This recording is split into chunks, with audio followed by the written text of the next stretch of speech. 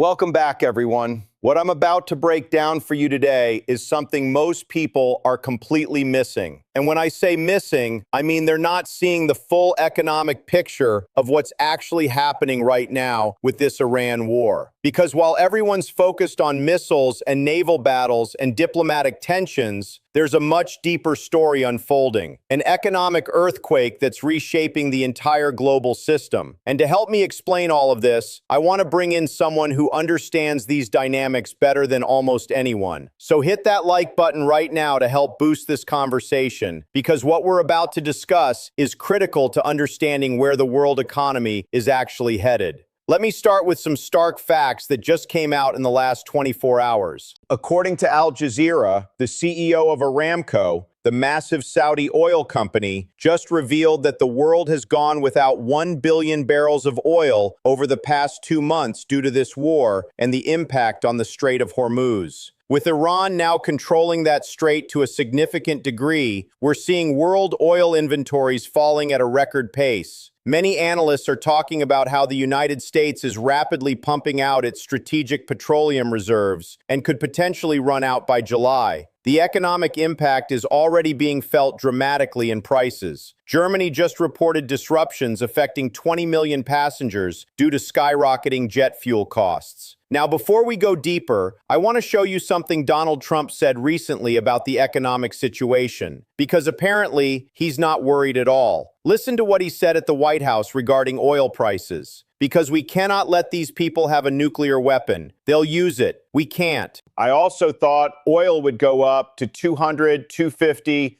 maybe $300 per barrel. And I knew it would be short term, but I thought it would spike. I looked today, it's like at 102. And that's a very small price to pay for getting rid of a nuclear weapon from people that are really mentally deranged. A small price to pay. But that price seems to be pushing us toward a global economic recession and an intense increase in oil prices that's affecting everything. So what is the actual economic impact of this Iran war?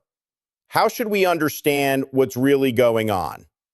Well, the impact of the Iran war is only slowly becoming clear. And I need to be honest with you. We're only at the beginning of watching this catastrophe unfold. And it's not just about oil. This is a radical, and let me emphasize this, a radical reorganization of the entire world economy. It may look like it's localized in Iran and the Persian Gulf region, and that's certainly where the immediate military action is happening. But the ramifications are more global than any comparable event I can think of in terms of a military confrontation in one particular area, creating worldwide economic consequences. Let me give you an example to illustrate the scope. If you study China's economy on the other side of the world and examine what they're doing in response to the closing of the Strait of Hormuz, you're immediately confronted with these global ramifications. Think back to 2018 during Trump's first presidency. The United States basically told China they could no longer buy and receive certain types of advanced semiconductors from America. The reaction in China was to draw a very important strategic conclusion. If the United States can do that with semiconductors, what's preventing them from doing it with anything else? Raw materials, food supplies, manufactured goods. The answer was nothing. So China began doing something on a scale nobody else attempted, and many people who knew about it thought it was bizarre or excessive. Fast forward to the present moment. China has a larger storage reserve of oil than anybody else on the planet. China has larger storage of electricity than anybody else. Larger reserves of fertilizer than everybody else. Notice something? They're in a far better position to handle what's happening in the Strait of Hormuz than any other nation. I'm aware, and I assume many of you are as well, that governments as diverse as the Philippines, Japan, South Korea, and India have been asking China for help accessing their strategic reserves to get through this crisis period. And from what I understand, the Chinese response has essentially been, that storage is to take care of our own needs. We didn't build these reserves for other countries. We can't release this at this point. Everybody globally is changing their entire economic strategy in response to this crisis. There's actually a revealing shift happening in manufacturing philosophy. For the last 40 years, the dominant approach in global manufacturing has been called just-in-time production. The whole idea was to eliminate inventories completely. Get your computerized production system so efficient that you only manufacture things when orders actually come in. I'll give you a personal example. I write books, so I work with publishers. My publisher used to print books in advance and store them in warehouses as inventory. They don't do that anymore. Only when an order comes in are the books physically produced. There's no inventory sitting around, no expensive warehouse space, no borrowing money to finance holding stock. That entire philosophy is gone now. The watchword has shifted from just in time to just in case. You have to maintain inventory. You have to build up strategic storage, which means constructing warehouses, which means rearranging entire supply chains so you can stockpile. And where you store materials isn't necessarily where you produce them. That depends on complex calculations about profitability and probability of future disruptions. The more obvious changes we're going to witness include massive infrastructure projects. If you can't reliably use ocean shipping, we're going to see enormous investment in railroads, internal canal systems, trucking networks, and pipelines. All of that is being recalculated and redesigned as we speak. What's my fundamental point here? The entire world economy is changing permanently. It will not return to what it was before this crisis. Not just because Iran, from everything we can see now, will indefinitely maintain the power to control the Strait of Hormuz and potentially charge whatever fees they want for tankers transiting through. But think about the broader implications. What about the Houthis controlling access through the Red Sea? What about Indonesia's strategic position at the Straits of Malacca? What about long-term developments affecting the Panama Canal and the Suez Canal? There's no end to these potential choke points. And every government, every major corporation is on high alert, trying to understand how all this can play out and what will happen to them if they're not positioned to cope with future disruptions. The United States, because of fracking technology, is relatively well positioned to secure oil and natural gas supplies for a while longer. But then what? And we have to ask that question seriously because this is a government that has systematically repressed solar energy development, repressed wind power expansion, repressed investment in alternatives, putting essentially all of its resources and political capital into fossil fuels. That's an extremely dangerous bet to make at this particular moment in history,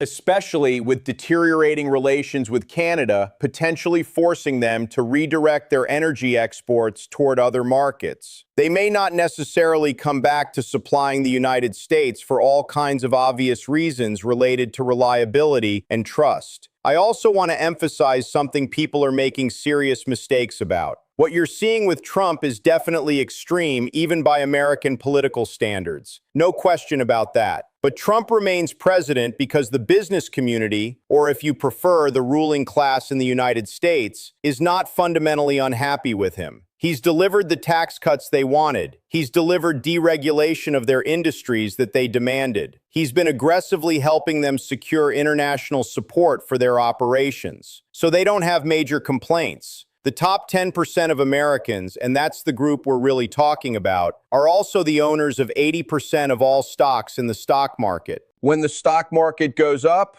they're happy, and Trump consistently delivers for them. Why am I telling you this? Because the idea that the United States will somehow bounce back from everything associated with Trump in the next political phase is naive. I don't see that happening if he stays in office. I don't see it if another Republican takes over. And honestly, I don't see it if mainstream Democrats come to power either. Unless you get the genuine left wing of the Democratic Party gaining control, then things might change somewhat. But that's not what we see coming on the horizon. You're going to continue experiencing this kind of American-driven disruption of the global order. Now, here's the final critical point. The United States is no longer in control of global events. It used to be fundamentally different. The world could calculate clearly. Even if the United States intervenes militarily somewhere, we basically understand why they'll intervene. We know how they'll intervene. We know who their allies are, and who their enemies are. We can predict their behavior and plan accordingly. When I meet with Chinese economists, which I do periodically, I've always been struck by one particular observation they consistently make. They remind me, and they remind themselves, that the explosive achievement of Chinese economic development over the last 30 or 40 years was accomplished with the dollar functioning as the global reserve currency, with the United States dominating militarily and politically across the planet. China did spectacularly well within that framework, and they have what you might call a conservative instinct about it. Don't fundamentally disrupt a system within which we've achieved spectacular success. They're actually right to think that way, because what we're experiencing now is completely different. The United States, and this is exactly what the war in Iran is demonstrating with brutal clarity, cannot control what's happening anymore. It really couldn't control events earlier either, but people believed it could. Lots of assumptions made it almost functionally true. It was essentially a geopolitical bluff, but a bluff that worked because nobody seriously called it. Iran called that bluff. And now what? Now you've got radical uncertainty. And as many business leaders will tell you, uncertainty is their absolute worst enemy. If they know definitively how bad conditions are going to be, they can strategize and work to get around obstacles. You want a relevant example? Sanctions. The United States is the #1 user of economic sanctions globally. The problem is sanctions can be circumvented, and the Russians, North Koreans, Cubans, and the people who have suffered most from American sanctions, now Iran as well, have learned sophisticated methods to get around them. So they can live with sanctions. It's costly. It's disruptive. They don't want them, but it's manageable. With Trump's second administration, things began spiraling completely out of control. Trump tried implementing sweeping tariffs. Now he legally can't impose the tariffs he wants. His own Supreme Court won't permit it. He has to find alternative approaches. The sanctions strategy didn't produce desired results. The military adventures in Ukraine and Iran aren't working either. The technology of modern warfare has come back to haunt the United States strategic planning. America committed itself financially through its banking system and its military-industrial complex to warfare conceived around controlling airspace. You need advanced missiles and aircraft and precision bombs. The fundamental problem is exactly like every other empire in history. The people you fight and dominate eventually work out alternatives to circumvent your advantages. We are literally witnessing $15,000 drones neutralizing $10 billion aircraft carriers. The United States invested enormous resources in weapon systems that are becoming obsolete. It's as if America invested all its money in horse-drawn carriages while everyone else moved to automobiles. You haven't built enough of what everybody else is rapidly learning to deploy effectively. You're going to have to play catch-up, and that puts you in a completely new and vulnerable strategic situation. All of these dynamics were already developing before this war, but the conflict has, at minimum, dramatically accelerated everything. And that acceleration alone changes the entire strategic landscape. Now, let me address the immediate oil crisis because it's already causing serious damage. Gasoline prices here in the United States have risen by about a third compared to before the war. Food prices are beginning to climb significantly.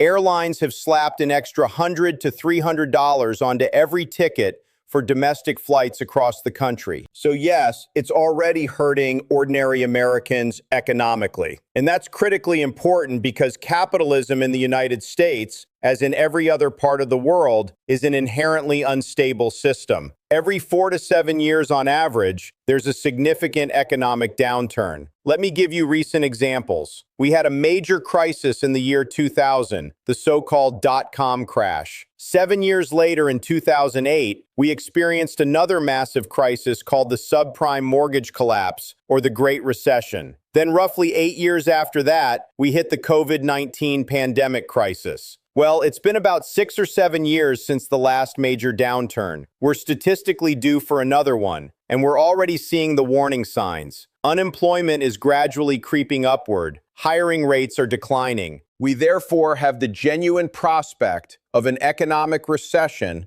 that will be severely worsened by inflation that's actively diminishing the purchasing power of the working class. And we already have a working class that's bitter, angry, and politically divided because they've had to cope with very little government assistance through 30 years of deindustrialization as American manufacturing was systematically relocated to Asia and other regions. So we're dealing with a very troubled domestic economy. It cannot absorb another major shock. If we weren't at this particularly vulnerable moment in the economic cycle, if we weren't experiencing this critical moment where the working class has been genuinely devastated over decades, maybe we could weather another storm, but we can't. Manufacturing jobs were where American unions were historically strong. When that industrial base gets exported overseas, unions become weak. When unions are weak, they can't effectively shape domestic policy, which means government support for working people gets withdrawn systematically. That's the direct result of having weakened unions, which itself resulted from exporting the manufacturing sectors where unions were concentrated. You have to understand all these interconnected dynamics and realize the genuine risk is that this could be the proverbial straw that breaks the camel's back. One shock too many. The United States is a declining empire. That's the only accurate summary that captures our current reality. And a declining empire cannot successfully handle repeated systemic shocks. It can't do that effectively. What it attempts in response ends up being called strategic overreach. And overreach has been the downfall of every empire from ancient Greece and Rome right up to the present day. Now let me address how all this affects the so-called petrodollar system.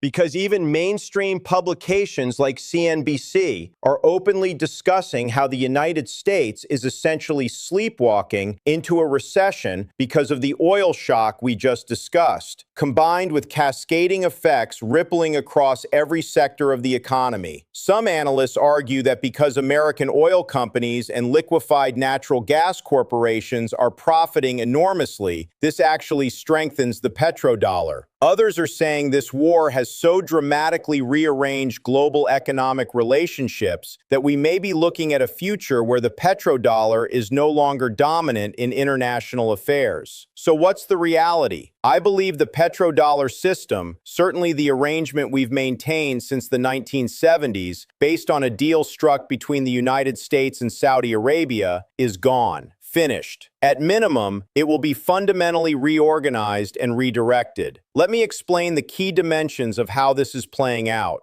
The petrodollar arrangement was brilliantly simple when conceived. By the 1970s, the United States realized that the extraordinary privileged position the American economy enjoyed immediately after World War II was ending. Let me remind everyone what I mean by that exceptional period. At the end of 1945, every single major economic power in the world except the United States had been physically destroyed. World Wars I and II, remember they occurred very close together, just a couple decades apart, represented both the peak achievement and the ultimate self-destruction of Western capitalist development. When the wars finally ended, Britain, France, Germany, Italy, Japan, Russia, and China lay in ruins. The two oceans geographically surrounding America saved us from that devastation. Military technology hadn't yet developed effective means to project destructive power across those vast oceanic distances. So the United States emerged in an absolutely unique historical moment. Everyone should have recognized immediately it was extraordinarily weird, completely atypical, and obviously temporary. It couldn't possibly last indefinitely.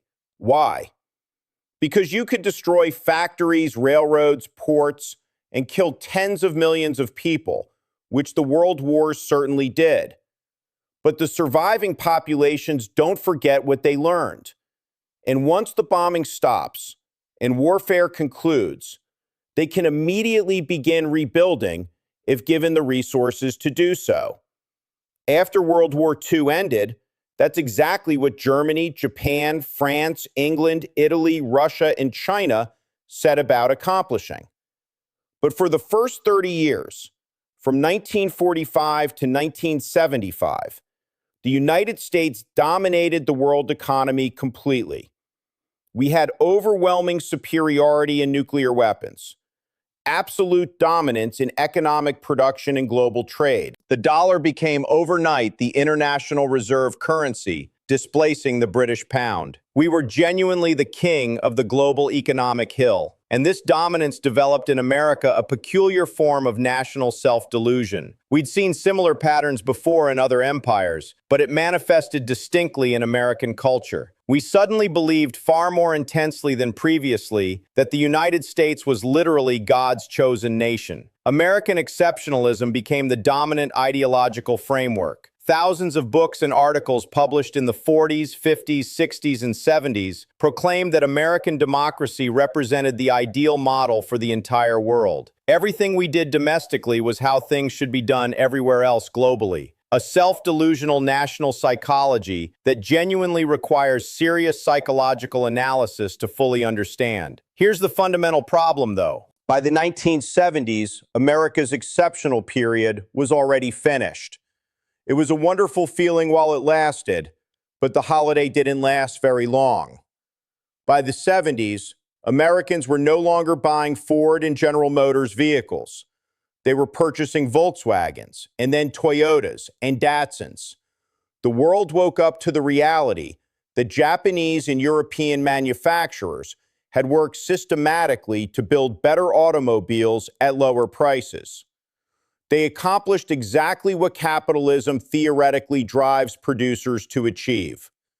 And Americans understood their exceptional holiday period was definitively over. That realization led to several major strategic shifts. Two are particularly important. First, the creation of the Petrodollar system. Second, the mass exodus of American manufacturing overseas. How do you compete effectively with Japanese and German manufacturers producing superior products?